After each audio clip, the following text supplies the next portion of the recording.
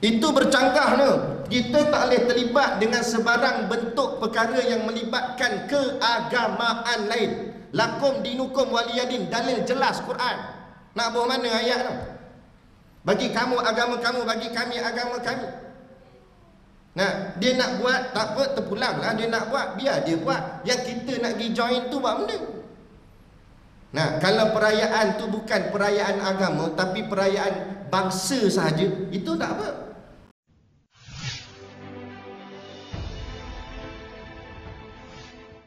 Alhamdulillah, kita sama-sama panjatkan syukur kehadiratillah subhanahu wa ta'ala yang dengan limpah dan kurnianya diizin oleh Allah subhanahu wa ta'ala pada kita pada malam ini dapat bersama-sama kita dalam satu majlis yang disebut oleh baginda Nabi SAW dengan panggilan Raudatul Jannah, yakni artinya taman-taman syurga Allah. Yang ni yang disebut oleh alim ulama, syurga ni ada dua, iaitu satu namanya syurga ajilan, satu lagi namanya syurga ajilan. Satu dengan huruf alif ajilan, satu lagi dengan huruf ain ajilan. Syurga ajilan itu artinya syurga yang disegerakan. Adapun syurga ajilan yang huruf ain tu iaitu syurga yang ditangguhkan. Ditangguhkan itu artinya syurga yang hakiki abadi, iaitu akhirat nanti. Adapun syurga yang disegerakan itu iaitu di dunia ini. Di dunia ini kita berada di taman-taman syurga, dan kita bersama dengan orang-orang yang soleh, yang moga-moga mereka itu adalah ahli-ahli syurga. Itu menjadi tanda kalau awal lagi Allah jadikan kita berada di dalam taman-taman syurga, itu menjadi seolah-olah tanda-tanda bahawa nanti di hari akhirat insya-Allah kita akan dibangkitkan bersama-sama di dalam syurganya Allah nanti di hari akhirat kelak, insya-Allah, amin ya rabbal alamin. Yang saya hormati pengerusi surau dan seluruh saf kepimpinannya, para imam, para bilal, tok-tok syiah yang tak dapat kita nak sebutkan namanya satu persatu, yang amat-amat disanjungi para asatizah, alim-alim ulama, tuan-tuan guru, ustaz ataupun ustazah yang hadir pada malam ini, mohonlah ditegur kepada hamba yang fakir dalam bidang ilmu ini. Sekiranya apa yang disampaikan dan dikongsikan ada salah dan silapnya, yang kita kasihi ayah-ayah, ibu-ibu, pemuda-pemudi muslimin dan muslimat yang dirahmati Allah sekalian, pertama-tama sekali saya mengucapkan permohonan maaf atas kelewatan sampai. Kalau ikutkan masa tu boleh sampai dah, tapi ya, di luar jangkaan, jalan dengan kereta banyak, jam apa sebagainya, jadi agak terlewat. Bukan terlewat sedikit, terlewat banyak kot ni. Nak hukum saya hukumlah.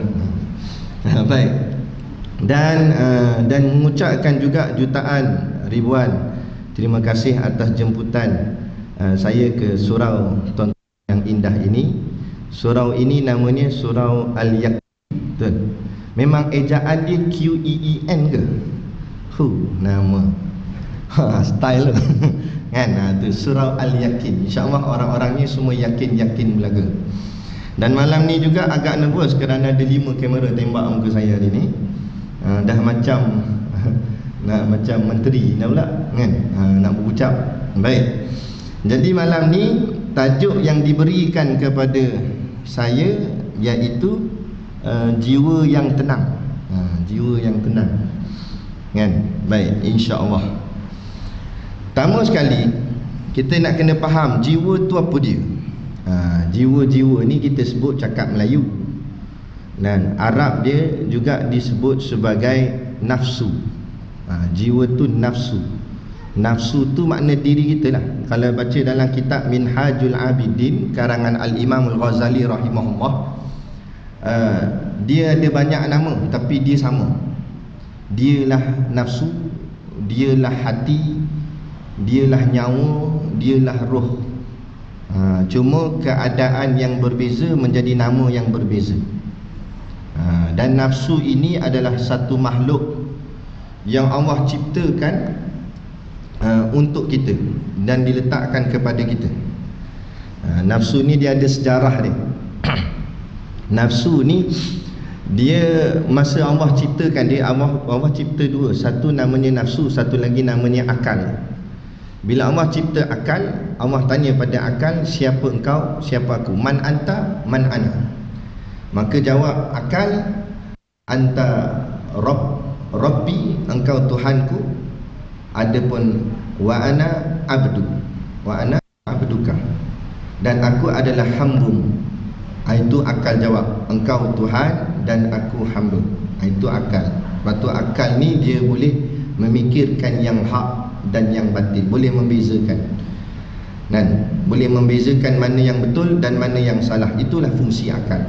Adapun bila nafsu dicipta, Allah tanya, siapa engkau, siapa aku? Maka jawab nafsu, engkau, aku. Sombong dia. Kan? Kemudian dicampakkan nafsu ni ke dalam neraka yang paling sejuk selama ribuan tahun. Allah ada cipta satu neraka. Neraka tu neraka yang sangat sejuk. Ada gak orang kata, orang jatuh syok, dia duduk dalam sejuk.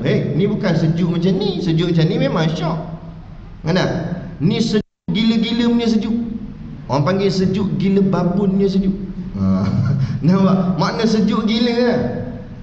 Kita masuk dalam freezer, bukan petai rumah kita tu, jangan masuk, tak boleh keluar dah tu. Ni freezer jenis besar. Kan ada. Kalau macam kedai-kedai supermarket ke apa, dia nak simpan barang-barang frozen dia apa, freezer tu besar. Pakai t-shirt gini tak boleh. Nak sejuk kita dah tu, dia kena pakai baju Eskimo. Kalau rasa macam nak pergi luar negara, tak usah jauh-jauh, masuk situ sudah. Masuk dalam tu sejuk gila. Tapi ini lagi sejuk pada tu.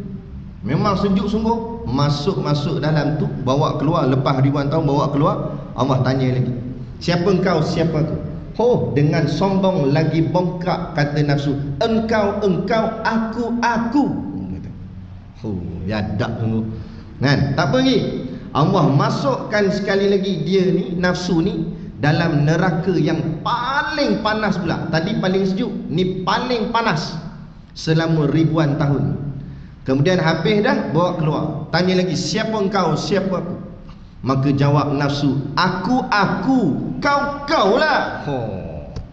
Nampak ni betul-betul gila-gila punya nafsu ni. Kan? Memang tak nak ngaku kalah dia. Kali yang ketiga, Allah campakkan dia nafsu ni dalam neraka jok. Apa makna neraka jok? Neraka lapar. Allah ada cipta satu neraka. Neraka ni kalau masuk memang lapar gila-gila.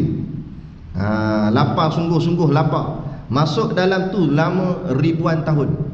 Dibawa keluar, ditanya pada neraka, ditanya pada nafsu, siapa engkau, siapa aku? Maka dengan tiba-tiba nafsu tunduk dan berkata, engkau Tuhanku, aku hambamu. Baru dia kalah. Maka daripada hadis inilah kata ulama, nafsu ditundukkan dengan berlapar. Iaitulah sebab itulah disyariatkan ke atas kita ni berpuasa. Bila berpuasa tu nafsu kita jadi lemah, dia tak ada kekuatan. Sebab itulah di bulan Ramadan kita boleh semayang tarawih 20 rakaat. Paling-paling tidak pun 8. Cuba malam ni pergi buat 20, boleh? Jadi kita semayang isyak kan, lepas habis semayang isyak, Tok Imam pusing belakang kata, pas ni kita buat solat hajat lah. Baik-baik, insyaAllah mau belakang kata. Tapi kita buat 20 rakaat dah. Tok Imam bagi salam, baru rakaat kedua ya, Assalamualaikum warahmatullahi, Assalamualaikum warahmatullahi. Belakang tak ada, habis semua. Pakat lah ni balik, habis semua. Tak ada kekuatan. Sebab apa? Sebab sekarang kita makan banyak. Tapi Ramadan nafsu lemah. Sebab tu ibadat kita rancak. Sebab tu ibadat kita dengan apa nama, tadarus Qurannya. Hebat lah Ramadan, tadarus Quran. Luar Ramadan bukan tadarus, tidur terus. Tak jadi terus. A'udzubillah muak dah. Dah macam mana nak baca ayat? Lemah. Sebab apa lemah? Sebab hawa nafsu. Gitu. Baik. Jadi adakah nafsu ni kena buang? Jadi tak boleh buang. Nafsu ni kita perlu Allah bagi kat kita. Nafsu-nafsu ni apa dia? Mudah-mudah cerita, nafsu ni adalah keinginan. Bila kita ada keinginan sesuatu, itulah namanya nafsu. Sama ada keinginan dalam bentuk perkara baik atau keinginan dalam bentuk perkara tak baik, nafsu jugalah tu. Keinginan nak makan, nafsu. Keinginan nak datang surau dengar kuliah, nafsu juga. Apa jua yang berbentuk keinginan, itulah datangnya daripada yang disebut sebagai nafsu. Itu dia. Ada yang kata jahat tu, itu namanya nafsu syahwat. Itu baru jahat. Adapun nafsu saja belum tentu jahat. Sebab tu nafsu ni dia ada 7 tingkatan nafsu. Nanti kita akan cerita lebih kurang 7 tingkatan nafsu. Sebab kalau kita kata nafsu semata-mata jahat, para nabi dan para rasul pun ada nafsu juga. Adakah nafsu para nabi dan rasul tu jahat? Betul, nafsu ni dia ada 7 jenis ataupun 7 tingkatan. Tergantung atas kita, nafsu kita ni duk tang mana. Kadang-kadang nafsu tu boleh jadi baik pada kita, kadang-kadang nafsu tu boleh jadi jahat pada kita. Ada. Baik. Nafsu ni, nafsu yang pertama yang dikatakan nafsu yang jahat ni, bila pada nafsu tu ada syahwat pada dia. Maksud syahwat di sini makna kata over, berlebih-lebihan. Itu baru bahaya. Nak makan boleh tak? Boleh lah makan. Kalau kita tak ada nafsu macam mana? Orang tanya, dah kamu ni nak makan nasi lemak ke roti canai? Dia nafsu tak ada, bela tak? Gitu. Orang tanya nasi lemak ke roti canai? Dia bila nak boleh makan gitu. Ada kan ada pilihan, dia ada keinginan. Aku rasa nak teringin makan nasi lemak. Teringin nak makan roti canai. Teringin tu panggil nafsu.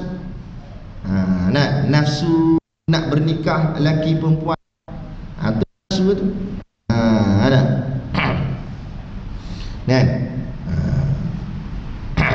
Jadi itulah nafsu, yakni keinginan. Tetapi yang jadi masalah bila keinginan tu kita layankan sampai berlebih-lebihan. Itu baru jadi dipanggil nafsu syahwat. Nak makan tak salah, tapi nak makan banyak, banyak tu baru salah. Nak makan mewah, mewah tu baru salah. Membazir sebagainya, kan? Tapi nak makan saja tak ada masalah. Ada. Nak kahwin, nak kahwin banyak, itu tak apa. Ada tak? Tapi had sampai 4 jangan, kan? Itu tak apa, kan? Tapi kahwin dengan bini orang, itu baru jadi haram. Ada. Itu dia. Baik, jadi nafsu dia sama macam contoh ubat lah. Walaupun ubat tu doktor kata baik, tapi kena ikutlah ketetapan dia. Kalau tak ikut ketetapan, dia tak jadi baik, jadi mudarat. Doktor pesan, ingat balik ni 2 biji makan sekali sehari. Dia pun makan 2 biji. Makan-makan dia rasa macam tak sembuh je ni. Dia kata 2 biji lambat rasa. Kalau 20 biji mungkin cepat gitu. Memang cepat mampuih nama dia. Dia telan 20 biji, buih terus mulut sawan.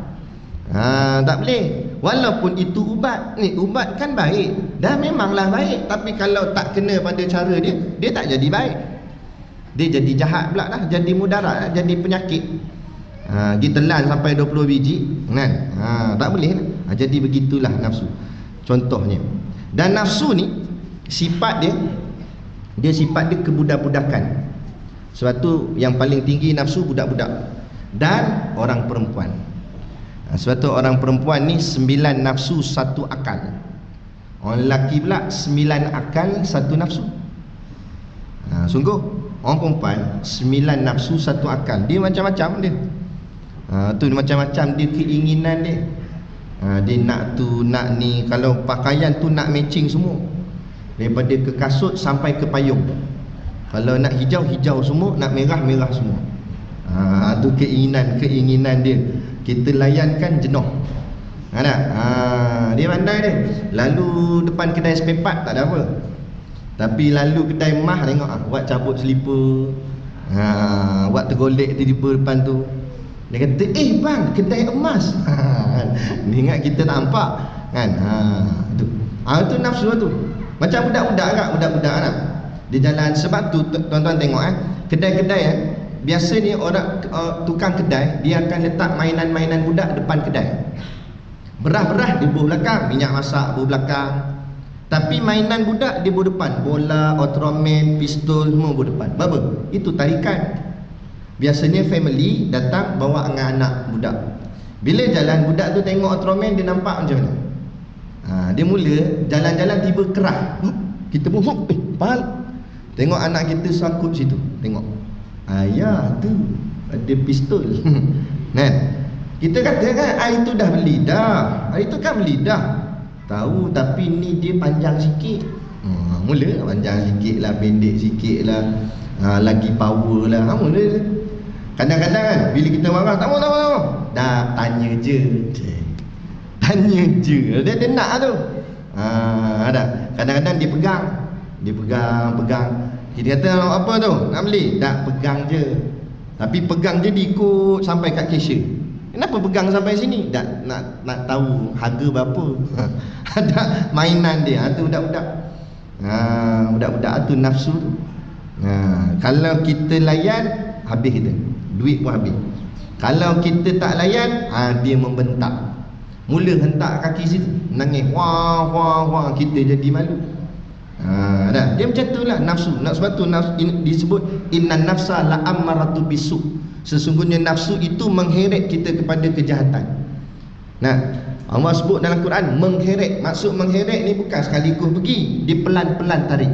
Itu kerja nafsu. Ni beza nafsu dengan iblis. Iblis ni hasutan dia drastik, berubah tu kan. Tapi dia sentak kita sekali je. Kita tolak, tak ada dah, dia belah gitu kan. Dia bisik kat telinga je. Dia kata bangun subuh-subuh pagi, dia bisik kat telinga kita, tidurlah wahai permaisuriku. Kita pun layan. Lepas tu dia bagi kita mimpi jadi YB. Dengan bawa beg James Bond bagai. Dia kata mimpilah. Ni kita tidur. Tu kadang malaikat datang bisik kat telinga kita pula belah kanan. Dia bangun, nanti terlepas solat subuh berjemaah, luput fadilat besar tu. Ada. Kata si iblis pula, setan, dia bisik kat telinga kiri, relax lah. Tok Bilal baru azan, kamat dak lagi, kata. Dia pun dah baik dengan setan, dia panggil tan je, baik tan. Dia pun teruskan tidur. Nampak? Lepas tu malaikat tak putus asa. Malaikat ni namanya malaikat mulhim, kata guru kami. Malaikat mulhim ni tugas dia bagi ilham kat kita. Yang kita datang ilham nak buat benda baik tu, itulah malaikat mulhim. Ada seorang syekh pula kata itulah qarin kita, yang suka duduk berdamping dengan kita. Bila kita nak buat benda baik, dia bagi tukang nasihat. Dia kata baguslah, buatlah. Jadi dia bisik lagi, dia kata bangunlah, nanti terlepas tak dapat takbir bersama imam. Tu azan dah tu. Tok Bilal azan dah pula. Lepas tu Tok Bilal qamat dah pula. Tok Imam dah naik. Kita pun baru nak bangun, dia kata lah, Tok Imam baru angkat takbir, Fatihah tak baca lagi. Dan lagi dia kata. Dia pun ya tan, dia kata. Tidur lagi. Tidur lagi. Malaikat tak putus asa, 3 kali dia datang. Dia kata bangunlah, nanti terlepas ni rakaat ni rugi. Memanglah sah, masbuk pun sah, tapi kurang fadilat, rugi sangat, pahala besar Allah nak bagi ni. Baru nak bangun, setan kata relax bro, hari ni kan pagi Jumaat, Tok Imam baca surah sajadah, sujud sajadah pun belum lagi, kata. Lagi dia tarik selimut. Nak tarik lagi, tarik selimut. Sebab itulah kalau disebut lelaki Islam namanya muslimin. Betul? Lelaki Islam. Kalau perempuan Islam namanya muslimat. Tapi kalau jenis balok liat nak bangun subuh namanya muslimut. Sebab dia geng selimut. Tak boleh nak bangkit. Itu masalah. Ni terikut. Ikut itu iblis. Tapi kalau kita lawan dia terus bangun, iblis tak kacau dah tu. Dia dah belah gitu je. Tapi main dengan nafsu je ke? Dia tak belah sebab dia duduk dengan kita. Innan nafsa la amaratu bisu. Dia tak kisah kita bangun tadi, bangun dah. Tapi dia buat slow. Dia kata relax lah, pelan-pelan lah. Bukan dia sekat kita terus pergi ke masjid, dia tak sekat. Tapi dia bagi kita pergi, tapi buat pelan-pelan, buat lambat-lambat. Tu yang menong dalam bilik air tu, dia tengok pilih tengok dia. Bila kata cepat oi ambil wuduk. Dia tengok menong situ. Ada kan? Betul tak? Yang gelak tu selalu buat lah tu. Ada kan? Tu contoh. Tu main dengan nafsu ni. Sebab tu nafsu ni jangan kita layan. Layan menjadi-jadi. Macam budak-budak layan jadi-jadi. Kata tak boleh, menangis melalak-lalak kak. Habis macam mana nak buat? Kena sentak lah. Ayah kata tak boleh, tak faham bahasa ke? Pergi balik. Baru budak tu balik. Macam tu lah nafsu. Pergi layan, dia boleh leret. Kena hantar dia. Aku kata tak mau, aku nak bangun subuh. Cakap gitu. Bau dia cegah. Tapi jangan cakap kau kuat depan orang, nanti orang kata ni gila ke apa, marah siapa dia ni. Tiba-tiba pula kan. Gitu. Baik. Nafsu ni dia ada 7 tingkatan. Yang pertama namanya nafsu amarah.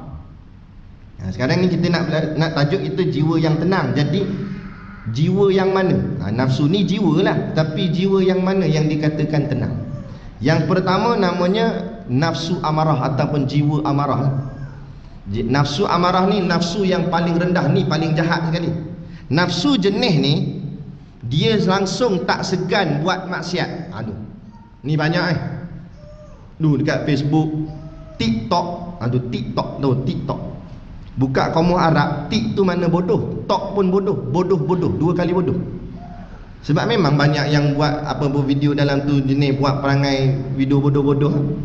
Yang elok-elok lah, yang buat kuliah agama apa semua, share hadis, itu bagus, tak ada masalah.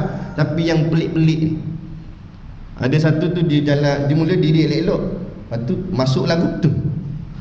Ke benda aku ingat cacat ke benda.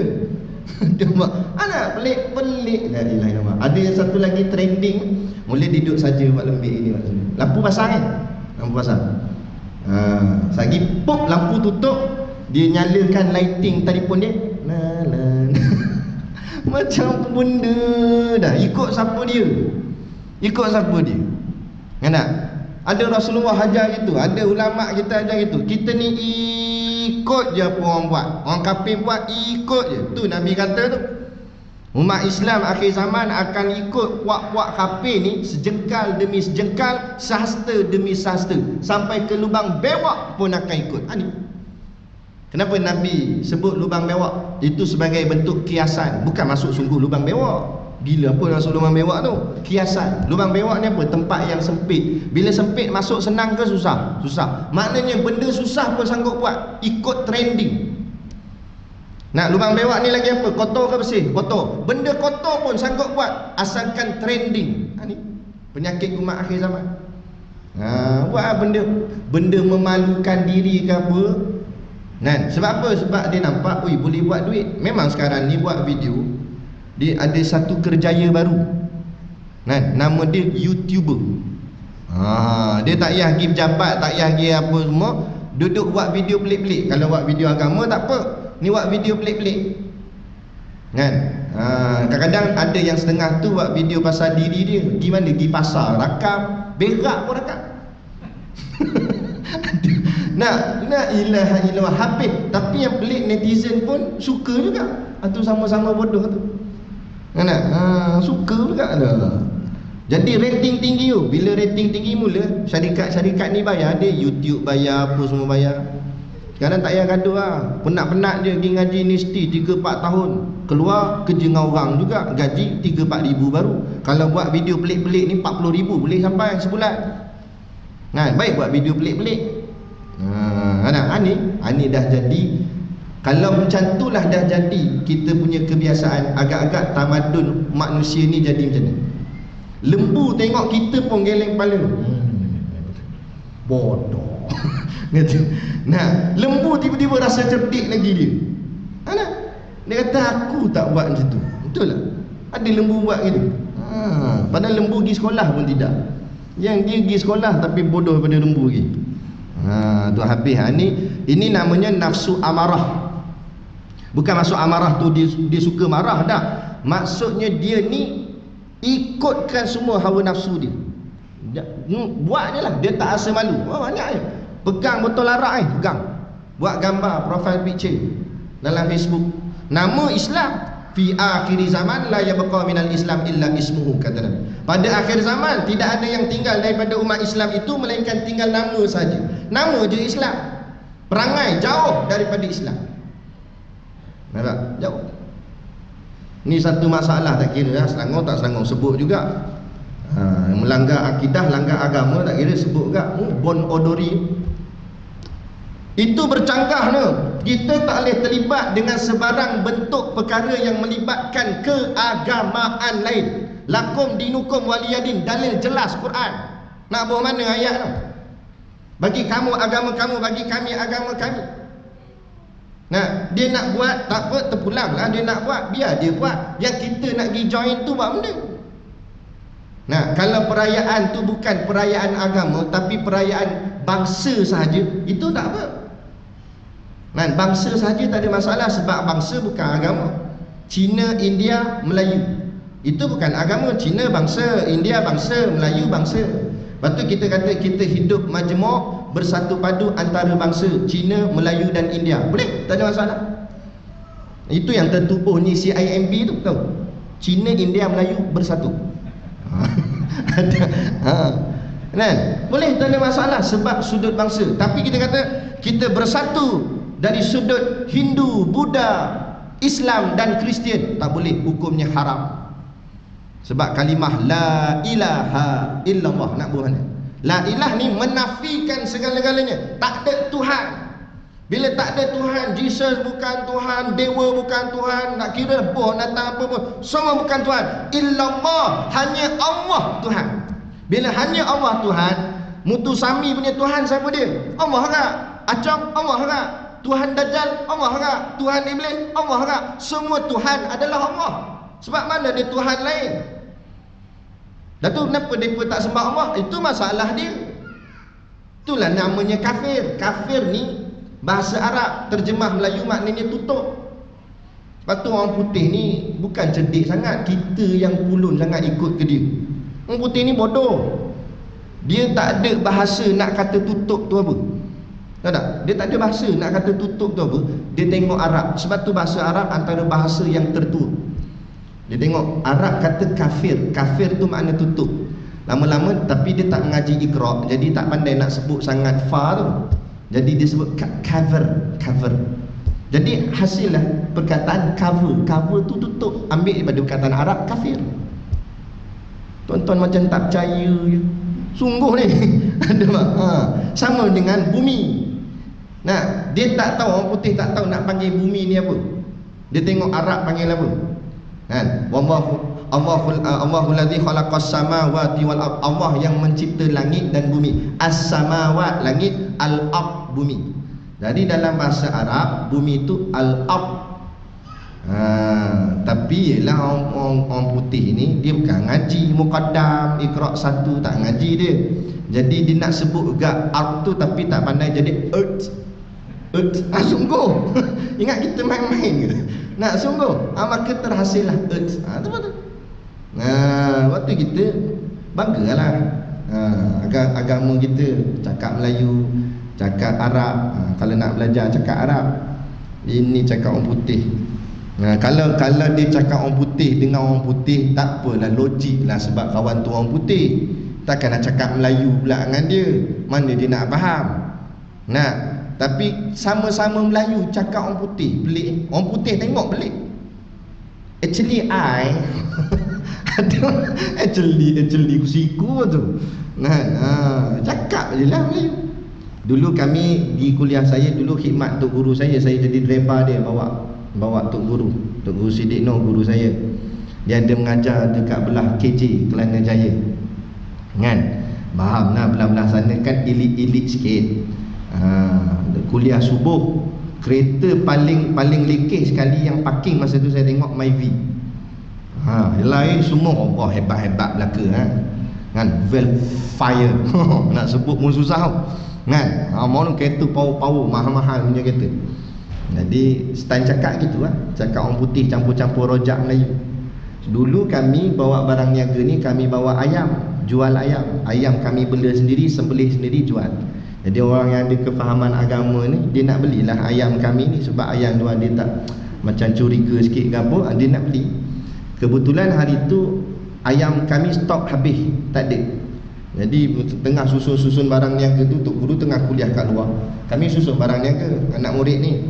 Jadi dia pun ada satu jemaah tu dia keluar, dia kata kitchen apa nama, chicken tak ada, chicken sebut chicken, sebut ayam dah lah.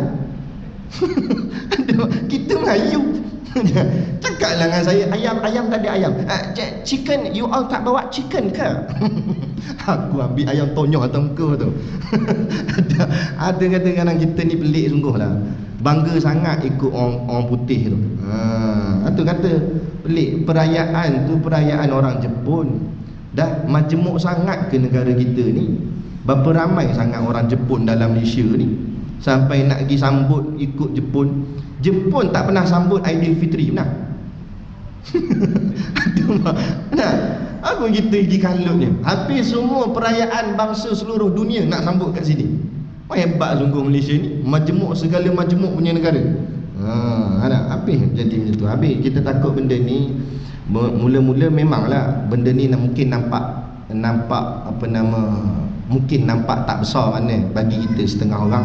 Nampak benda ni alah kecil je pun Ustaz, masalah kecil itu pun nak kecoh-kecoh. Bukan, masalahnya takut jadi biasa. Hari ni perayaan orang Jepun, esok lusa perayaan apa pula nak masuk. Lama-lama jadi biasa, dan masalah pula umat kita ni kurang kepahaman agama, khusus-khusus bab akidah.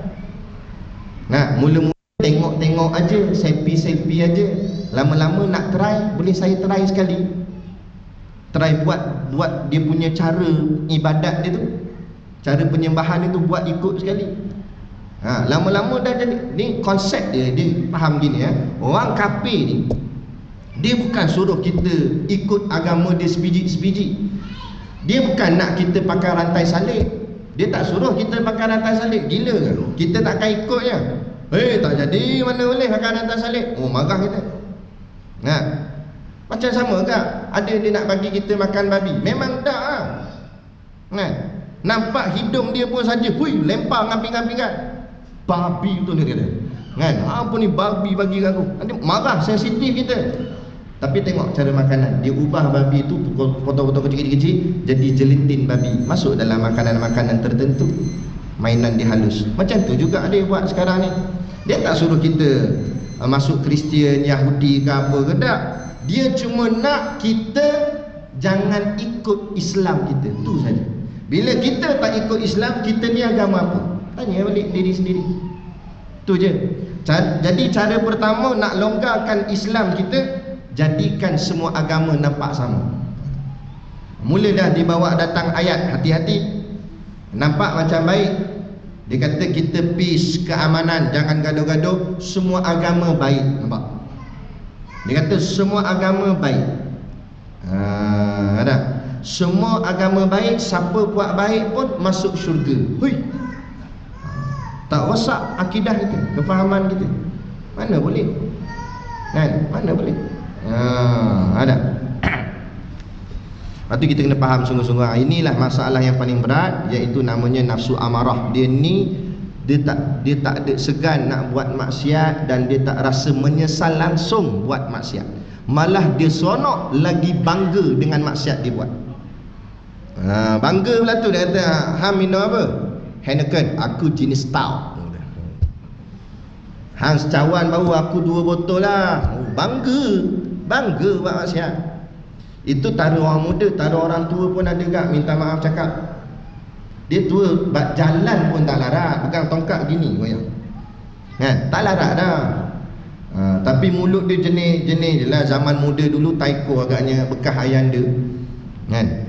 Dia nampak budak-budak gini. Budak-budak ni kan. Aku sepak, hang tak kenal aku siapa. Aku time muda dulu, aku tanpa orang pusing kepala. Aku pernah sekali zaman muda aku jentik telinga dia putus tu boy. Dia bangga dia pernah pukul orang, dia bangga dia pernah penampar orang. Padahal benda tu jahat. Walaupun dia dah berubah, dia dah jadi baik, dah dia duduk masjid, tak usah ceritalah keburukan aib yang kita pernah buat dulu. Tak usah. Allah dah tolong tutup aib kita. Orang tak tahu pun kejahatan kita dulu buat apa. Tapi kita pergi gatai cerita. Dia cerita kat budak-budak. Korang tengok je pakcik ni macam ni. Hantar tak pakcik ni dulu gangster kampung dusun tau. Dia bangga jadi gangster. La ilaha illallah. Dia kata ini bila Allah dah tutup aib, kita pergi buka aib kita. Dalam hadis kata Allah takkan tutup dah sampai bila-bila. Maka aib kita akan terus terbuka. Nampak tak elok je pada kita. Sebab tu jangan, tak usah lah. Kita dah berubah jadi baik, jadi elok. Yang lama biar antara kita dengan Allah je yang tahu.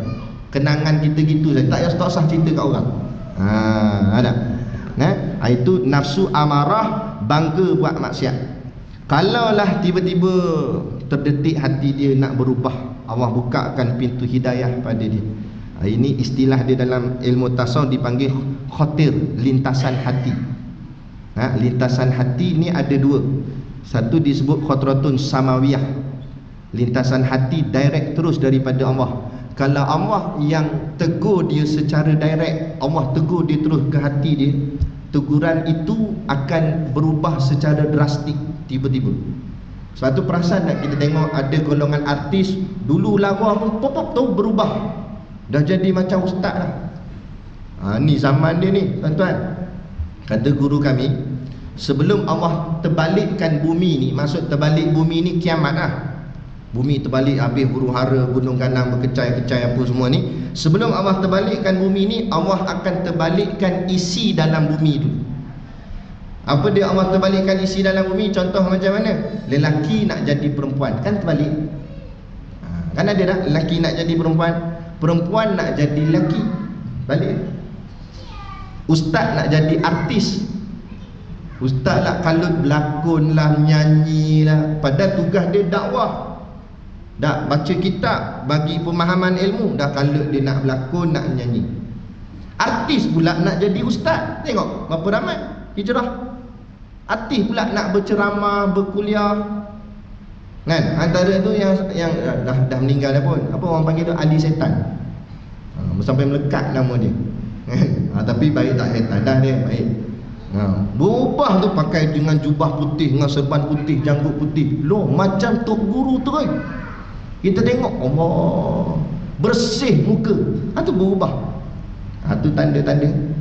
Tengok, negara kafir mula ikut-ikut cara Islam. Tengok itu di UK, takbir raya dekat tengah-tengah bandar UK, kat London. Negara Islam pula tiru-tiru cara kafir. Tengok negara Islam, UAE, Abu Dhabi, joget nak pakai apa nama, dedah aurat apa semua. Tak jadi. Arab Saudi lebih kurang tak, dengan konsert bagai. Habis dah. Ni, bila nampak dah tanda-tanda tu ada banyak dah, semua jadi terbalik, jaga. Sama gak ni. Dulu yang meriah kuliah-kuliah agama, ceramah-ceramah agama ni di mana? Di kampung-kampung. Betul tak? Di masjid kampung, surau kampung, bersepah selipar. Si ada jual kacang depan. Budak-budak pula nampak pantang, nampak selipar banyak, main baling selipar. Tu imam baling selipar tinggal sebelah. Tu dulu di kampung-kampung. Lah ni kampung ni ya, tengok kipah lagi banyak daripada jemaah. Sungguh. Saya datang ni pada Beruah, belah kampung kat tu. Masjid besar, orang tak ada sangat. Sungguh tak ada mana kan. Di jemaah mana tak tahu, jemaah kedai kopi ke mana tak tahu. Main dam haji, aku makan kau, aku makan. Jadi malaikat maut makan ni apa tu? Ada. Tapi di belah bandar pula jadi. Negeri Selangor tak silap saya pernah mencatat negeri yang paling banyak majlis ilmu, bersaing-saing dengan Pulau Pinang. Pada dua-dua negeri ni, negeri yang orang cakap apa, pesat membangun lah. Dari sudut bandar-bandar dia tu, jarang nak cari kampung. Ada kan? Tapi tak banyak dah, banyaknya rumah taman, bangunan-bangunan. Tapi hidup. Malah majlis ilmu bukan di surau masjid, di pejabat pun ada kuliah. Tak puas kuliah di surau masjid, dipanggil pula ustaz mengajar di pejabat. Mengajar di rumah-rumah orang pun ada tak? Buka kitab. Punya sungguh, ni zaman tu dah mula nampak terbalik. Jaga-jaga tuan-tuan. Bila tengok dah banyak benda terbalik, maka bersiap sedialah akhir sekali dunia ini sendiri akan terbalik. Bila terbalik habis, hancur lebur. Maknanya dunia sudah sampai kepada penghujungnya. Baik.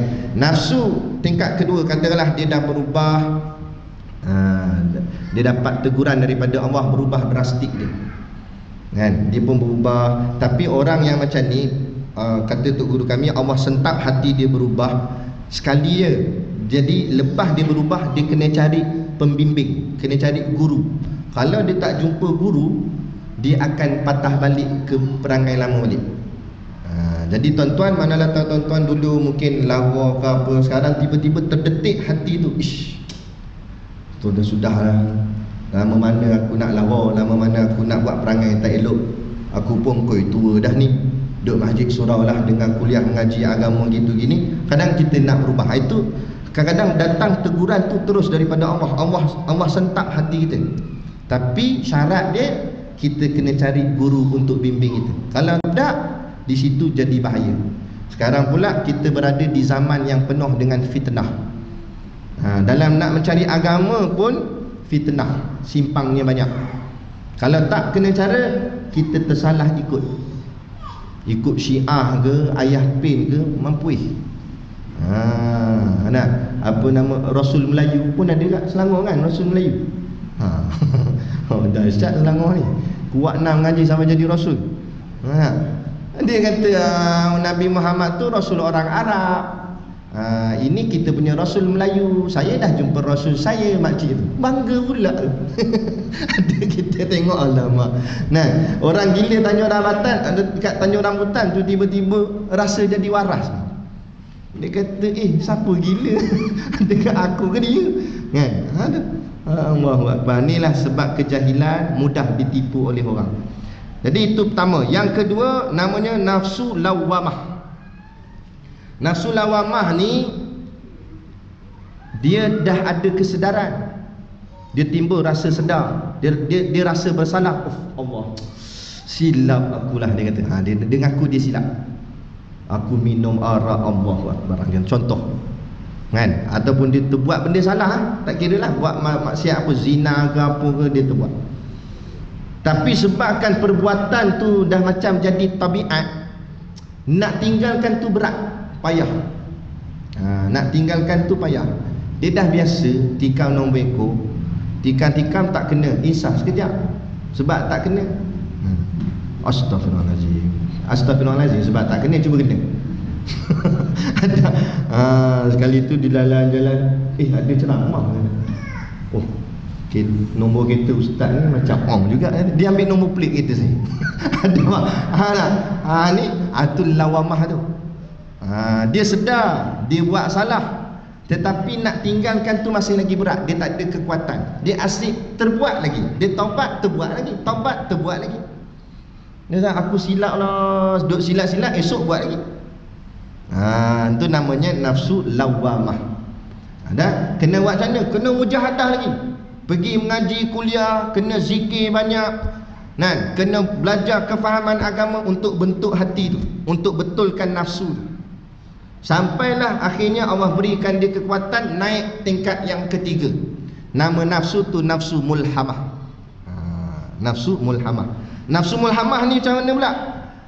Dia dah ada kekuatan mengubah diri dia, tapi sekali-sekali terkona juga. Dia dah baik dah, bagus dah, datang masjid dah. Kalah tu imam, serban dia 2 ekor turun. Orang ikat 1 ekor je keluar dah, dia sampai 2. Kuat dah. Kayu sugi celah telinga ni gini. Tasbih tak main pegang jadi dah, gantung leher. Nunjukkan ni, bagus dia ni. Tapi sekali-sekali kemak pergi tikam juga ni. Sungguh. Tadi satu masjid tu saya mengajar, datang-datang AJK dia nyending-nyending dia saya. Dia kata, "Ustaz, malam ni Ustaz bantai bab judi." Awak, jemaah kita Ustaz, dalam duk semayang jemaah pun judi juga, tikam nombor ekor kata. La ilaha illallah, jemaah kita. Ha. Saya kenal sangat, dia cium tangan Ustaz kata. Dia kata macam tu. Saya sungguh saya lakonkan balik. Saya pun kuliah haram judi, keluar dalil apa semua. Tengok sekali nak balik tu salam, tak cium dah tangan gitu. Oh, kenal dah siapa dia. Sebab selalu dia cium. Kan contoh. Tu namanya nafsu mulhamah. Bagus dah dia jadi orang masjid apa semua, tapi kadang-kadang terkena juga. Masih lagi lemah. Dia kena mujahadah lagi sungguh-sungguh. Lepas tu kadang ada budak-budak muda dia telefon saya, "Ustaz, macam mana nak istiqamah? Saya dah taubat, tapi saya terbuat lagi dosa saya." Sebab tu dia cakap, kalau macam tu makna kamu tak faham apa makna istiqamah. Apa makna istiqamah? Makna istiqamah kamu berterusan, jatuh bangkit balik, jatuh bangkit balik, jatuh bangkit balik. Itulah istiqamah. Memang payah. Macam mana kita dah jatuh bangkit, tak jatuh-jatuh dah. Oi, susah. Kita bukan macam Nabi dan Rasul maksum, wali lagi tak kan. Kita al-insanu mahalul khata' wan nisyan. Manusia ini tempat lalai, tempat lupa, tempat tersilap. Itulah kita. Asyik lupa, asyik lalai, asyik leka, bukan tak tahu. Dah tahu dah, tapi tersilap juga, terbuat juga benda salah. Nampak? Sebab apa? Lemahnya kita, lemahnya iman. Habis macam mana nak buat? Teruskanlah istiqamah. Dah sedar kita jatuh, bangkit balik. Sedar jatuh, bangkit balik. Sebab tu kita kena mendampingi alim ulama, majlis ilmu ni, taman-taman syurga apa semua, kita kena dekat. Sekurang-kurang bila kita buat salah, kita dengar nasihat-nasihat agama tersentuh hati, baru kita kata, Allah betul juga, silap aku. Barulah dia direction tu dia akan betulkan balik. Jalan kita tersasar, dia betulkan balik. Macam kita ikut GPS lah. Saya datang sini ikut GPS Waze kan. Dia kata turn right, kita masuk kanan. Kalau dia kata turn right, kita masuk kiri. Dia kata wrong way, kita buat bodoh. Wrong way bodoh. Dia marah tu, dia bengang. Pusing balik dia kata. Kan? Kita terus tak, kita buat kerah tak nak pusing balik. Adakah kita akan sampai ke destinasi yang kita nak pergi? Tak sampai. Malah bukan sekat tak sampai, makin jauh daripada tempat kita nak pergi. Sekarang hidup kita ni nak pergi mana? Kita nak pergi syurga, lepas tu kita tersalah jalan. Quran kata patah balik, silap jalan tu. Hadis Nabi kata patah balik, silap jalan tu. Ulama kata salah tu, patah balik. Kita buat bodoh. Akhirnya jalan kita ni yang kita pilih tu akan sampai ke syurga atau tidak? Pertama tak sampai, yang kedua semakin jauh. Itu berat. Bila dah terlalu jauh, beratlah. Kita ni kalau terjadi jahat pun jangan sampai hati mati. Jangan sampai hati mati. Sebab hati bila mati tak terkesan apa pun bila orang nasihat pada dia. Malah dia boleh lawan balik pula sebab dia sombong. Orang tegur dia tak kena ni. Kena pula yang tegur tu budak. Dia semayang, dia orang tua dah semayang. Angkat takbir buat malas. Gitu. Tapi kalau salam orang bagi duit kau main. Angkat takbir gini malas. Jadi ada budak ngaji pasti belakang. Bila nak balik tu dia tegur, "Pakcik, ustaz saya ajar kalau angkat takbir macam ni, bukan macam ni pakcik." Oh, dia terus melenteh lah. "Hei, hang makan garam dulu ke aku makan garam dulu?" Dia main buah garam. Nampak? Kita beli garam sekilo, bagi kat dia. Nak sangat garam kan? Ni boleh tak? Tak boleh tegur. Betul lah, kita rasa macam malu lah sebab yang tegur tu budak. Tapi apa dia cakap betul ke tak betul? Betul. Paling-paling tidak pun kalau kita terasa hati, Allah budak tegur aku, paling-paling tidak diam. Yelah belah gitu je lah. Jangan kita tengking marah budak tu. Tapi sebab ego sombong, hati mati, tak boleh dengar nasihat orang. Pandai nak cakap. Tu hati mati tu. Hati mati ni Allah tak boleh kesan. Jadi rosak. Ada satu cerita tu, tok guru kami cerita, kawan dia jatuh motor, motor himpak tangan. Bila himpak tangan, jadi darah beku dalam ni, tak berjalan darah. Dia tanya kawan-kawan, macam mana nak buat ah? Kawan dia pesan, ambil batu tungku tu, hang panggil apa? Tuang. Panahkan dulu, lepas tu hang tuang dia. Lama-lama darah tu pecah lah, jalan lah balik. Oh gitu lah, gitu lah. Dia balik buat. Tapi dia ni jenis penyegan, balok liat. Tahu balok liat sini? Orang Perak kata balok liat ni pemalas gila kan? Jadi dia ni panggil bini dia, Jah, pergi panah batu, aku nak tuang ni, kawan aku kata ni nak bagi darah jalan ni, kena tuang batu. Bini solehah, baik bang, gimana? Nah, dah siap bang batu, letak kat tangan aku ni. Dia letak. Kawan kata tuang masuk apa? Angkat, letak, angkat. Dia punya pemalas, letak aja. Letak, tidur. Lepas tu terjaga. Bau hangit. Bau hangit apa ni? Kata. Jah, panggil bini dia. Masak apa dapur sampai hangit bau ni? Tak masak apa bang. Lepas tu bau hangit. Tu daging abang. Kata. Tangan dia hangit. Kenapa dia tak rasa sakit? Sebab sudah kulitnya mati, dagingnya mati. Daging mati tak terasa. Begitu juga kata ulama, bila hati dah mati, cakaplah apa pun, dia buat bodoh itu. Pandai cakap ustaz ni, kata. Dia tak terkesan. Tu payah jenis. Sebab tu kita kalau terjahat sekalipun, jangan sampai hati tu mati. Tak boleh dengar nasihat dah. Kita silap tak apa, orang tegur, kita betulkan balik. Tu kau minta maaf nanti saya betul balik lah. Terima kasih tegur saya. Okey lah. Ni nak buat sombong gitu. Nafsu, jangan sampai nafsu mengawal kita. Inilah nafsu amarah, lawamah dan mulhamah. Tiga-tiga nafsu ni tidak selamat. Tidak ada jaminan boleh lepas daripada azab api neraka. Nafsu amarah paling awal sekali lah masuk neraka. Lawamah dengan mulhamah CP. Kena masuk gak kena azab sebab dia dosa banyak. Yang selamat ini baru masuk tajuk kita 9-10 kan. Maknanya kita akan habis kat pukul 12 boleh? Sebab baru masuk. Jadi yang selamat ni paling rendah sekali, tingkat yang keempat, nama dia nafsu mutmainnah. Inilah nama dia, nafsu mutmainnah. Ya ayyatuhan nafsul mutmainnah, irji'i ila rabbiki radiyatan mardiyah, fadkhuli fi ibadi wadkhuli jannati. Wahai orang yang mempunyai nafsu mutmainnah, irji'i ila rabbiki radiyatan mardiyah, kembalilah kepada Tuhanmu, ya, yang engkau redha atas segala nikmat yang diberikan kepadamu. Fadkhuli fi ibadi, dan masuklah dalam kumpulan hamba-hambaku yang berbahagia. Wadkhuli jannati, dan masuklah ke dalam syurgaku. Sebab tu nafsu mutmainnah barulah boleh masuk syurga dan selamat daripada azab api neraka.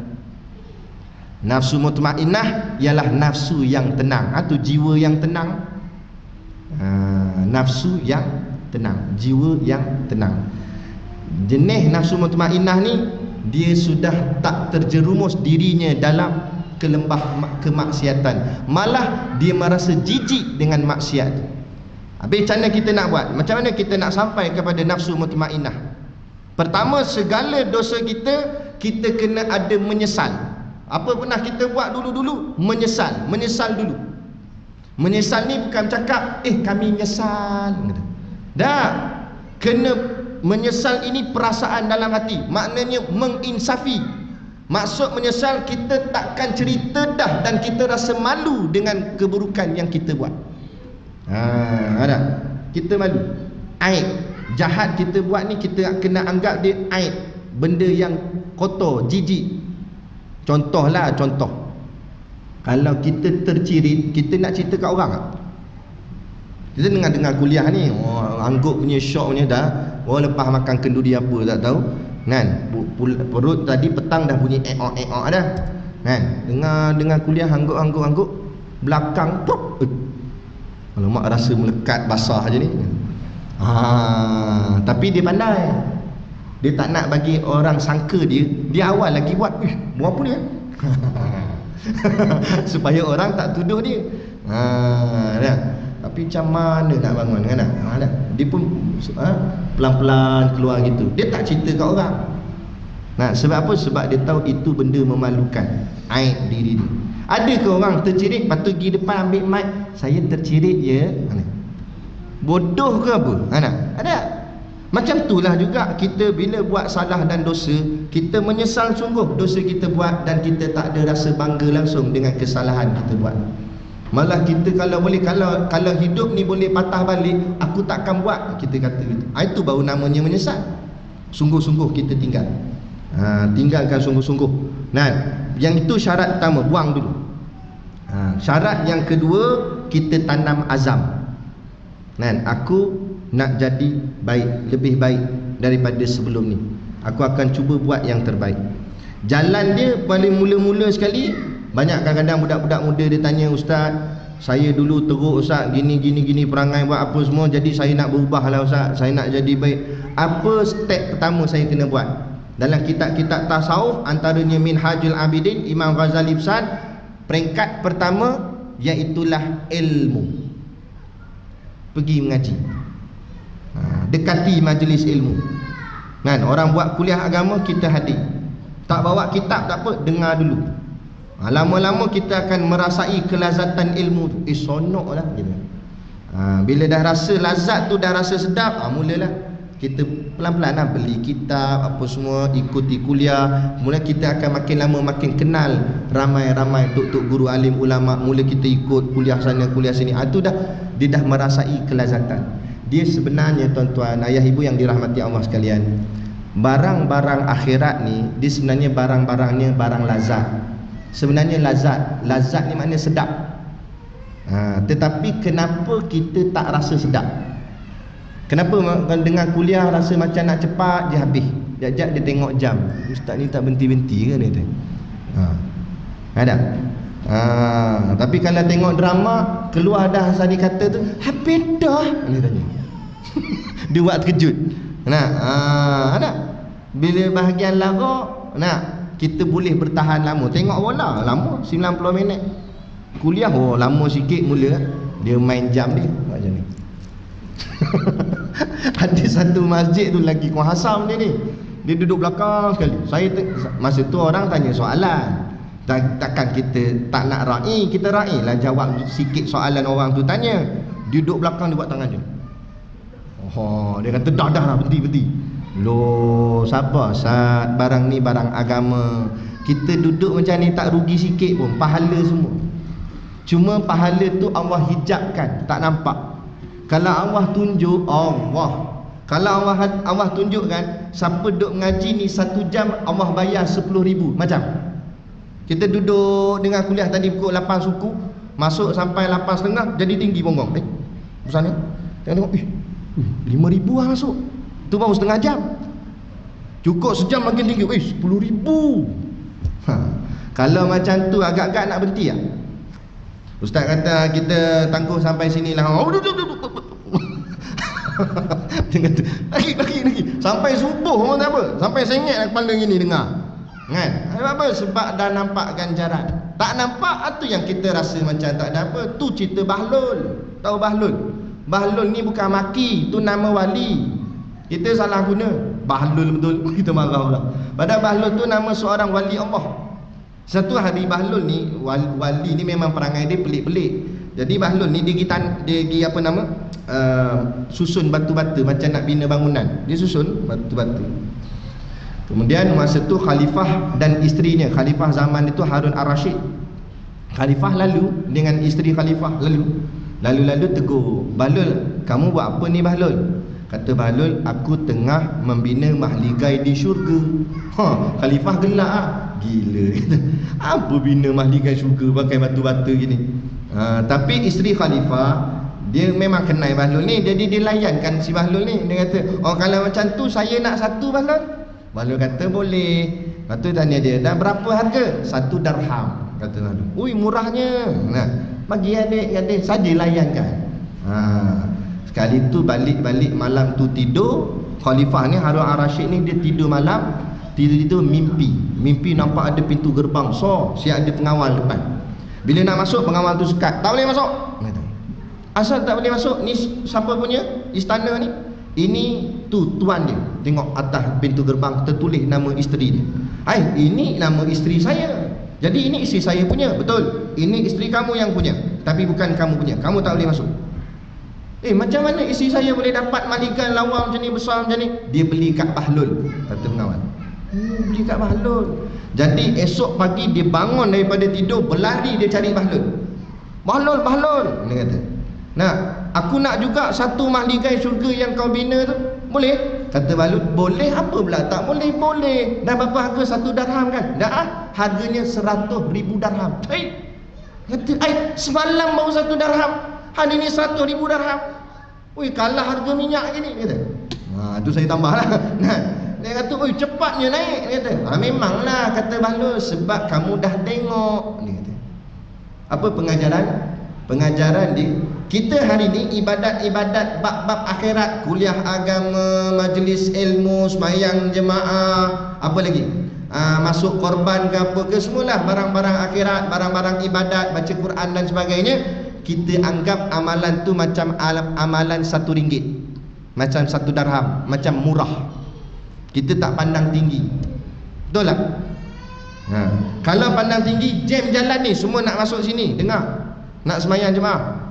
Pagi-pagi yang jam tu sebab nak pergi sembahyang subuh berjemaah ke nak pergi berjabat ramai-ramai? Ada. Pergi berjabat sampai jam, pergi masjid surau nak sembahyang, mana ada jam? Mana ada orang sungguh-sungguh? Sebab dia pandang macam ibadat tu murah, macam tak ada apa. Sebab belum nampak hasil. Dah nampak hasil esok di hari akhirat, ya Allah, dengan macam-macam Allah bagi syurga, bidadari, masa tu akan timbul penyesalan. Kata Allah, boleh tak patah balik kat dunia, saya nak hidup balik, nak buat balik, nak dengar kuliah lah, apalah semua, nak duduk dengan jemaah, solat jemaah. Tak ada dah, dunia sudah dihancurkan. Jadi kita fikir-fikirkanlah, sementara kehidupan ini Allah beri peluang kepada kita. Jadi inilah sebenarnya jiwa yang tenang. Saya sebelum kita tutup majlis kita ni, sebab tengok muka pun dah lain macam dah tu, saya nak baca last satu, di mana satu hadis Nabi SAW. Nabi bersabda, innan nura idza dakhalal qalba infasakha wansyaraha. Kata Nabi, sesungguhnya nur, cahaya, apabila masuk ke dalam hati, ia akan luas terbuka. Apa cahaya tu? Cahaya Islam, cahaya ilmu, cahaya agama. Bila masuk dalam hati, hati kita akan jadi lapang, tenang. Kita akan, orang cakap, hilang stres dan sebagainya, dia akan jadi terbuka, jadi lapang. Memang pun kan. Kemudian sahabat tanya, ya Rasulullah, adakah alamatnya cahaya tu masuk? Macam mana kami nak tahu nur Allah tu dah masuk dalam hati kita belum? Sahabat tanya, mujuk sahabat tanya, kalau kita pun tak tahu. Maka jawab Nabi, nikmat tajafi andaril ghurur wal inabah ila daril khulud wal isti'dadu lil mauti qabla nuzulih. Artinya, nikmat itu, cahaya itu kamu akan merasainya, iaitu tandanya kamu akan menjauhkan diri daripada negeri yang banyak tipu daya, dan kembali kamu kepada negeri yang kekal, dan menyediakan kamu bagi mati sebelum datangnya. Jadi tanda-tanda cahaya Allah masuk dalam hati, mendapat jiwa yang tenang, ada 3 tanda daripada hadis ni. Yang pertama, kamu akan mula menjauhkan diri daripada negeri tipu daya. Negeri tipu daya ni siapa dia? Mana negeri tipu daya? Iaitu dunia. Kamu dengan dunia mula merenggang-renggangkan dirimu dengan dunia. Kamu tak jadi gemar dah sangat dengan dunia ni. Dunia ni ada gitu je, bersifat dengan sifat qanaah. Ada, tak ada, sudah. Tak ada dah nak puluh, nak minta-minta dunia, tak ada dah. Mula dah hati tu, dunia ni lebih kurang sudah lah. Itu tanda cahaya dah mula masuk.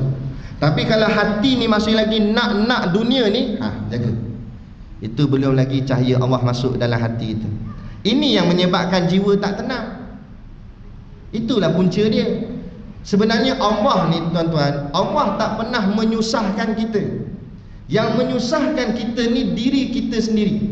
Sebab kita terlampau demand, kita terlampau meminta-minta. Macam hari tu raya terkejut orang kata, kan, raya terkejut. Saya kata tak ada istilah raya terkejut sebenarnya. Dia terkejut lah ustaz, tak dan beli santan, ayam pun tak beli, lemang tak beli. Itu masalah nafsu. Nah, padahal kalau lemang tak ada, santan tak ada, ayam tak ada, esok boleh raya ke tak boleh raya? Aduh. Tapi permintaan kita nak raya mesti ada ayam, mesti ada lemang, mesti ada gini. Mesti tukar langsir, mesti tu. Habis benda dia nak tukar. Kan? Kata bang, kita kena tukar ni bang, langsir kita kena tukar, ni apa perabot rumah kena tukar. Ada kali suami dia bengang, dah bini tak payah tukar. Bengang tu nak. Ada ni ikut nafsu lah tu. Padahal tak tukar semua tu kan boleh je.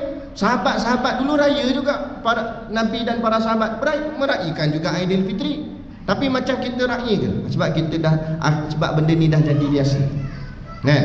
Tengok telio orang lain pakai kereta mahal, kita pun terkejar-kejar nak pakai kereta mahal supaya jadi standard dengan orang lain. Maka kita, tapi kita kurang mampu, gaji kita tak tinggi macam kawan-kawan tadi. Tapi pulun tu akhirnya sampai nak overtime. Orang siang dah sibuk kerja, malam bahagian duduk masjid lah. Tak, dia sampai ke malam kerja. Sampai malam kerja. Lembu pun petang masuk kandang. Ada lembu kata, lembu kata, tak balik lagi kata. Nah, itu sebab apa jadi tu? Sebab pulun punya pasal. Sebab nak boleh ni, nak dapat. Padahal kalau kita meletakkan hati kita, tak apalah, aku kereta apa pun ada pun tak apa, kancil 850 pun tak apa, asalkan boleh sampai tempat kerja. Walaupun tekan signal naik wiper, tak apalah dia kata. Kan? Exhaust tak payah cakap, ikat dengan dawai, nombor plate pecah dua dah. Kan? Tapi tak apa, boleh jalan lagi. Itu qanaah tu, merasa cukup dengan apa yang ada. Jadi hati jadi serabut tak? Tak serabut. Tak serabut. Lepas tu kadang-kadang kan, sebab tu kata tu guru kami pesan, tak usah jadi orang kaya, tapi jadi orang senang. Orang kaya belum tentu senang, tapi orang senang pasti kaya. Orang kaya belum tentu senang, kadang-kadang hidupnya susah. Kita nampak senang, kita tengok hebat BMW yang dia sampai botak tengah nak bayar hutang 2,000 sebulan. Kan? Kena pula PKP, project down apa semua. Pening. Saya kata botak tengah dah botak semua dah. Nampak? Kadang-kadang rumah orang kaya kan. Saya pernah pergi orang panggil ceramah, dia bawa pergi rumah dia, rumah datuk ni. Masuk pintu pakai cap jari tu. Scan, baru boleh buka pintu. Kalau tertinggal lah jari dia, tak boleh balik rumah dia. Kan? Cerita canggihnya rumah dia tu. Hebat. Dengar ada tembok keliling, siap ada dawai, dah macam penjara punya ni. Ada dawai siap, dah dawai ada kaca pula lagi. Lepas tu depan pula tampal ADT, rumah ini dikawal selia oleh Bukit Aman. Bukit Aman tu kan? Ni ada pagar depan apa semua. Nah, kadang-kadang tidur tak lena juga, walaupun rumah macam tu. Tidur tak lena, dia baru nak lelap, bunyi alarm kereta, bangun dia, selak lah si. Tengok, takut-takut kereta dia orang nak curi. Bukan kereta aku, dia pun bau nak lelap, bunyi anjing lah. Siapa budak ni tengok. Sampai ke pagi, tu yang bengkak mata-mata lah kali kena heart attack. Sebab hidup tak tenteram macam tu. Tapi cuba tengok rumah orang kampung. Rumah kampung tak ada cap jari tu, main engsel tolak itu tuk. Itu pun kadang-kadang dah loose, tolak jatuh balik lah kali. Ya. Ada gitu kan. Kadang-kadang sendal dengan kursi gitu kan. Ada. Keliling mana dia pakai pokok rambutan keliling. Serai. Itu. Guard mana ada guard reban ayam depan. Tu guard dia. Kan? Lebih kurang rumah lebih kurang. Tidur Allah senyenyak-nyenyak ni sampai terlepas subuh. Kangkung dengkur. Tiba-tiba sekali periuk jatuh dekat dapur. Tang. Bini, bang, kita tengok dapur bang. Ada orang masuk ke rumah kita tu, dengar ada periuk jatuh. Dia bangun tak? Ya, kucing, dia kata. Dia kata, siapa nak masuk rumah kita? Dia kata. Nah, yang berat sikit tu batu tumbuk, dia kata. Lain tak ada apa, nak curi apa? Nak curi basikal. Rantai putus, dia kata. Aduh, jadi dia tak serabut kepala. Relax aja. Aduh. Tapi kita tak adalah nak sampai suruh jadi miskin macam tu ke apa, kan? Makna kata kita apa yang ada dah ni syukurlah. Qanaah. Tak usah meminta-minta. Jenis meminta-minta ni lagi-lagi meminta jawatan, meminta pangkat. Kadang-kadang memang dapat, tetapi Allah tak tolong. Bila Allah tak tolong, dia tak ada kekuatan untuk melaksanakan amanah yang dipegang. Akhirnya jadi bebanan kepada dia, menyusahkan dia, stres. Itulah punca stres. Jadi kita buat kerja macam biasa. Kalau dah sampai masa memang kita kerja jujur baik, Allah sendiri akan gerakkan hati bos kita, majikan kita untuk naikkan pangkat kita. So, tak apalah. Bila kita dipilih sendiri, bukan kita yang minta, Allah akan berikan kekuatan pada kita untuk Allah cakap menjalankan amanah yang telah dipikulkan atas kita. Itu cara dia. Kita buat kerja kita sudah. Apa kita ada cukuplah. Jangan berlebih-lebih. Orang kata apa? Ukur baju badan sendiri. Kita ada duit RM10, makan cara RM10. Kan? Habis kurang itu. Ni duit RM10 nak makan cara RM50. Itu masalah. Akhirnya jadi sesak. Akhirnya jadilah pulun nak cari mana tak tahu. Sekali stres kepala. Nah, niaga pula untung tak dapat. Mulalah. Itu yang jadi punca jiwa tidak tenang. Maka jiwa tenang kembali pada Allah. Syarat pertama, berlonggarlah dengan dunia. Jangan ketat. Orang kalau tanpa ketat dengan dunia macam ni, ni dunia ketat gini. Bayangkan saat berpisah dengan dunia. Sebab tu mati, bahasa Melayu kita panggil meninggal dunia. Saat nak meninggalkan dunia tu agak-agak macam ni kalau ketat sangat macam ni. Oh, itu yang perit, itu yang akhirnya matinya sakit sesangat-sangat. Sebab nak berpisah. Macam orang pakai baju ketat, dia bukan pakai baju adik dia, baju baby siapa dia pakai, ketat sangat. Agak-agak nak buka macam mana. Sekali bila payah nak buka, sentak, koyak gitu. Macam tu cabut nyawa, ketat-ketat, malaikat maut tarik itu. Oh, wah, menjerit. Saya duk sebut malaikat maut takut kan dia datang sungguh. Kan? Nak cerita. Ada. Tapi kalau kita dengan dunia berlonggar-longgar, ni kita, ni dunia. Ada tak? Bukan suruh buang dunia, sagi pakat ramai-ramai jual rumah tidur kat masjid. Nah, bukan suruh buang dunia tak, ni kita, ni dunia. Tapi letak. Itu kata ulama, dunia letak di tangan, jangan buh di hati. Ada, tak ada sudah. Bahagian akhirat, bahagian Allah buh di hati. Tak boleh tak ada, kena ada. Itu.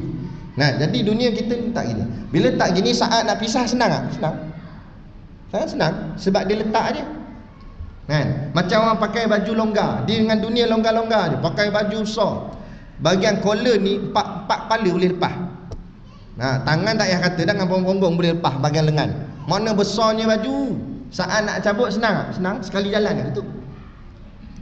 Nah, orang dengan dunia berenggang ni mati Allah gitu. Ni last. Ni betul-betul lah tak gini. Tadi lah. Ni betul-betul lah. Datang jauh, raih lah sikit. Ada suatu orang ni cerita benar ni, tok guru saya cerita zaman dia mengaji pondok dulu. Dia ada kenal satu orang pak cik ni, mungkin pak cik ni wali Allah agaknya. Sebab dia ni pelik sikit perangai dia. Jadi pak cik ni dia kuat semayang. Asal kalau kita datang rumah dia dengar Allahu Akbar, kita kena celah-celah dengar dia bagi salam, Assalamualaikum. Baru dia Waalaikumsalam. Kalau dia semayang ni kan. Jadi tok guru saya masa dia mula-mula mengaji, dia kerja sambil mengaji pondok. Sabtu Ahad baru dia pergi ngaji pondok. Hari lain dia pergi kerja. Mula-mula, lepas tu baru dia berhenti kerja, masuk pondok terus. Tapi macam tu lah, berjinak-jinak. Akhirnya dia buat dia tu lah. Bila hari cuti-cuti dia pergi. Dia pergi ngaji pondok. Dia pergi dengan kawan dia 2 orang. Tapi sebelum nak sampai pondok tu, dia singgah rumah seorang pakcik ni yang kenalan dia lah. Kira macam pak saudara pada kawan dia ni. Pergi lah. Gigi, Assalamualaikum, salam. Tengok rumah uzur, rumah tiang sengit, bumbung bocor. Rumah tak lawa lah, kira rumah macam orang susah. Jadi kawan tok guru saya ni dia ngusik lah. Dia kata, oh ni yang dalam kitab sebut zuhud ni lah dia lah. Kata. Pakcik tu kata, tak, ni bukan zuhud. Dia kata, tapi ni je yang aku ada. Dia kata, Allah hidup atas dunia bukan lama mana. Dia kata, boleh lah nak tompang-tompang teduh tak kena hujan. Dia kata, tak apalah, borak-borak. Minggu depan datang pula, tiap-tiap minggu datang. Minggu depan datang pula. Kali ni datang, rumah dia cantik. Nak yang sengit dah tegak tiangnya, bumbung tak ada bocor dah, siap cat dah, lawa rumah. Hai, tak saja musik dia lagi pakcik tu. Hai pakcik, oh inilah yang dikatakan berubah-ubah ya. Dulu zuhud lah, ni tak zuhud. Saja dia ngusik pakcik tu. Pakcik tu kata, tak, bukan macam tu. Gini dia kata, nah aku buat lawa-lawa ni sebab aku takut lah malaikat maut tak nak datang kat rumah aku. Sebab marin sudah diambil orang belah ni kan. Lepas tu pula dia pergi ambil orang sebelah sini. Dia lalu tengah ni, dia tak singgah rumah aku ni kata. Mungkin sebab rumah aku buruk agaknya dia kata. Itu yang aku buat bagi lawa. Mana tahu minggu depan dia ambil aku. Hui, mati dia boleh cakap macam tu. Kata mana tahu minggu depan malaikat maut tu datang ambil aku. Kalau dia datang, aku nak sambut dia kat tangga ni. Dia tunjuk tangga. Minggu depan datang pula tok guru saya dengan kawan dia. Assalamualaikum, tak jawab. Assalamualaikum, tak jawab. Jiran sebelah datang, pakcik datang. Jadi pakcik ni memang kami tiap-tiap minggu datang ziarah dia. Dia tak ada dah. Tak ada. Meninggal dah. Meninggal.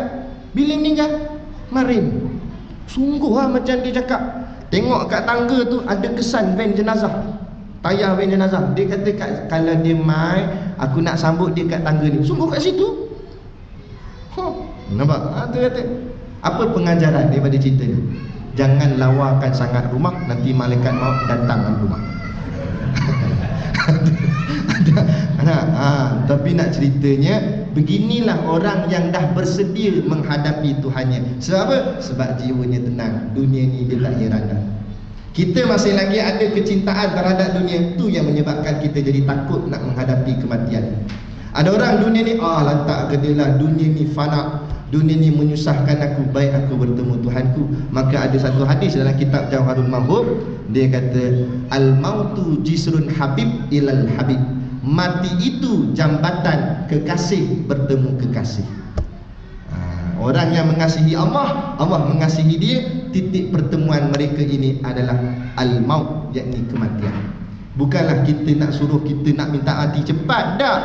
Tapi makna kata bila kita dah betul-betul bersihkan hati kita, kita jadi bersedia. Ya Allah, bila-bilalah engkau ambil nyawaku, ambillah dalam keadaan aku tunduk betul-betul padamu. Dia dah bersedia.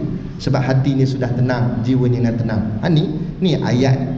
Ya ayatuhan nafsul mutmainnah irji'i ila rabbiki radiyatan mardiyah. Kata Nabi, wahai Abu Bakar, dia kata kat Sayyidina Abu Bakar, wahai Abu Bakar, kamu dengar ayat ni betul-betul. Saat kematianmu, ayat ini akan dibacakan kepadamu. Sehingga dalam sirah sebut, dalam kitab tafsir cerita, saat Sayyidina Abu Bakar nak dikebumikan, tiba-tiba keluar satu suara baca ayat ni. Sahabat-sahabat semua dengar bahawa inilah tanda-tanda orang yang mati dalam keadaan yang tenang, yang baik, yang mulia, yang hebat. Moga-moga apa yang kita dapat pada malam ni, kita dapat memahaminya dan dapat kita buatkan satu, orang cakap apa, pembaharuan pada diri kita. Moga-moga hari ini kita jadi lebih baik daripada semalam, dan hari esok lebih baik daripada hari ini. Sama-sama kita buat perubahan. Tak payah bukan untuk orang lain, untuk diri kita sendiri. Sebab kita semua kullu nafsin dha'iqatul maut. Semua kita pasti akan merasai mati. Tak boleh lari daripada mati. Siapa-siapa pun yang penyanyi Indonesia tu nyanyi tu, dia kata, apa nyanyi lagu tu?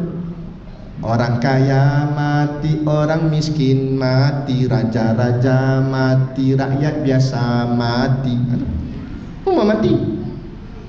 Kalau dia tak sedar juga, tukar mati kepada mampus. Baru dia sedar sikit. Orang kaya mampus, orang miskin tak faham-faham. Padahal sama je makna dia, tapi pedih sikit. Dia nak bagi kesedaran. InsyaAllah, moga-moga kita diselamatkan Allah dunia dan akhirat, InsyaAllah. Jadi cukup sekadar tu. Saya mohon maaf sekiranya terkasar bahasa atau mengguris hati mana-mana pihak, dan mengambil sedikit masa tuan-tuan, apa salahnya kita datang daripada jauh, kita berlebih-lebihkan masa urusan akhirat kita. Masa dunia kita dah banyak, apa salahnya masa akhirat kita lebihkan sikit. Moga-moga apa yang kita buat malam ni, lebih-lebih kita duduk di sini ni, Allah berikan ganjaran yang berlipat-lipat kali ganda pada kita, dan Allah ampunkan dosa-dosa kita semua, dan moga kita semua nanti berpimpin tangan masuk ke dalam syurga Allah, insya-Allah, amin. Jadi cukup sekadar tu, dan macam biasa ada, kat mana tahu dia letak, ada produk perniagaan untuk menampung sekolah pondok dan tahfiz kami. Dan saya ambil sikit masa, kalau ada siapa-siapa anak-anak 7 sampai 17 tahun berminat untuk dijadikan pelajar ini menghafal Al-Quran, kami ada sekolah Mahat Tahfiz Kiam di Batu Hampa, Berwas, Perak. Yuran pendaftaran 260 termasuk bulan pertama, dan bulan seterusnya hanya RM100 sahaja. Daripada dulu Tok Guru tak pernah naikkan harga dia. Walaupun sekarang kos barang apa semua dah makin meningkat, tapi tara tu juga yuran dia. Sebab kita lebih fokus untuk membantu orang mendekati agama, bukan nak buat bisnes, nak bantu saja. Itu pun tujuan dah ambil duit sebab nak bayar gaji. Itu untuk tahfiz 7 sampai 17 tahun. Kalau yang lebih 17 tahun pula berminat nak mengaji agama, kita ada pondok dekat-dekat dengan situ juga, ada tapak yang sama, cuma kita bezakan kawasan. Pondok untuk orang dewasa umur 18 tahun dan ke atas. Ke atas tu sampai berapa Ustaz? Tak kira, 150 pun tak apa. Kalau ada lah, nampak. Tapi biar sehat, jangan sampai merangkak gitu. Susah pula lagi kan. Jadi, dan pondok pula percuma, tak ada sebarang bayaran. Tahfiz tadi bayar sebab kita ada warden nak jaga budak-budak. Budak-budak kena jaga, tak jaga habis lingkup kan tak? Jadi kena ada tukang jaga, bila ada tukang jaga kita kena bayar upah lah dia. Sebab tu kita kutip yuran. Ada pun pondok dewasa tak payah jaga dah. Takkan pondok nak kena ketuk ketampi, rotan apa benda kan? Jadi pondok pandai-pandai sendirilah kan. Janji datang nak mengaji apa semua kita ada. Pondok kalau tahfiz kita main dia hafal Quran lah. Di samping kita ajar ilmu-ilmu fardu ain, kitab-kitab kecil, kitab-kitab nipis. Adapun di pondok, Tok Guru sendiri mengajar kitab-kitab sol, kitab-kitab Jawi, kitab Arab dan sebagainya. Siapa nak mengaji, tak ada masalah, insya-Allah. Pondok percuma. Semua percuma, tak ada yuran pendaftaran, tak ada yuran bulanan pun tak ada. Cuma makan minum sendirilah. Tapi tak perlu risau sebab orang duk infak.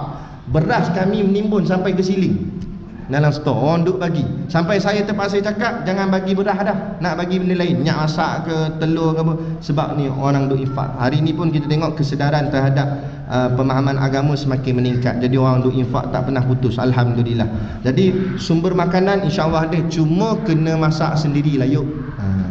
Takkan kami mengajar nak kami masak tolong suap tu nak mampu namanya. Tu kena survive sendirilah, berdikari. Jadi insya-Allah kalau ada siapa anak-anak Selangor yang berminat, dialu-alukan. Untuk makluman, sebenarnya saya pun anak Selangor. Saya lahir di Gombak dan membesar di Shah Alam, Alam Megah, Seksyen 28. Orang panggil Haikom kan. Dan sekarang mak saya menetap di Desa Pinggiran Putra, bersebelahan dengan Putrajaya. Tu. Tapi mak saya ada di Sabah, jadi kalau balik rumah pun tak ada siapa gak. Ada adik je lah. Jadi ni sebenarnya saya balik ke negeri asal saya sendiri. Tapi saya berhijrah ke Perak untuk mencari ilmu agama, mengaji pondok. Dan akhirnya kahwin dengan orang Perak, jadilah orang Perak yuk ke joyuk. Tapi Rik Giant tetap di hati. Jangan risau. Jadi cukup sekarang tu pada malam ni yang dapat kita kongsikan. Moga-moga saya mengambil masa ni nak mohon maaf lah. Moga-moga perkenalan kita ini membawa sampai kepada syurga, insya-Allah. Jadi cukup sekarang tu. Wabillahi taufiq wal hidayah. Wassalamualaikum warahmatullahi wabarakatuh. A'udzu billahi minasyaitonir rajim. Bismillahirrahmanirrahim. Alhamdulillahirabbil alamin wassalatu wassalamu ala sayyidina Muhammadin asyrafil mursalin wa ala alihi wa sahbihi ajmain. Allahumma taqabbal minna salatana wa du'aana innaka antas samiul alim wa tub alaina innaka antat tawwabur rahim. Allahumma ja'al dinana dinan nabi Muhammadin sallallahu alaihi wasallam wa islamana islamal muslimin wa imanana imanal mu'minin wa salatana salatal الخاشئين وأعمالنا أعمال الصالحين ونيتنا نية المخلصين وذنوبنا يا الله ذنوب المستغفرين وحياتنا حياة العلماء وموتنا بموت الشهداء وادخلنا الجنة مع الأنبياء عليهم الصلاة والسلام ربنا آتنا في الدنيا حسنة وفي الآخرة حسنة وقنا عذاب النار وقنا عذاب النار